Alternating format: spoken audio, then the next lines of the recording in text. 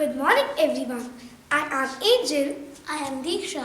And I am Shanik. are going to tell you something about volume. An amount of space occupied by a 3D object is called its volume. Now, what are 3D objects? If we talk about this one single page, it is a 2D object as it has only length and breadth.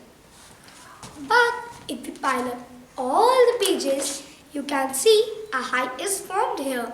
Now it has become a 3D shape, and the number of pages this book can contain is called its volume. The amount of water this water bottle can hold is called its capacity. And the amount of air this balloon can hold is called its volume.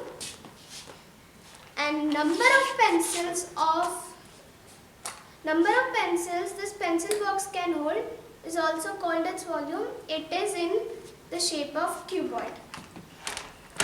The book is also in the form of cuboid. So to find the volume of this book, we will multiply length into breadth into height.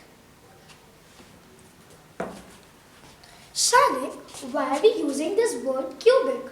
Angel, we use the word cubic for 3 dimensions, which is only in 3D shapes. So whenever we are calculating the volume of the cuboid, we use the term cubic with any metric unit.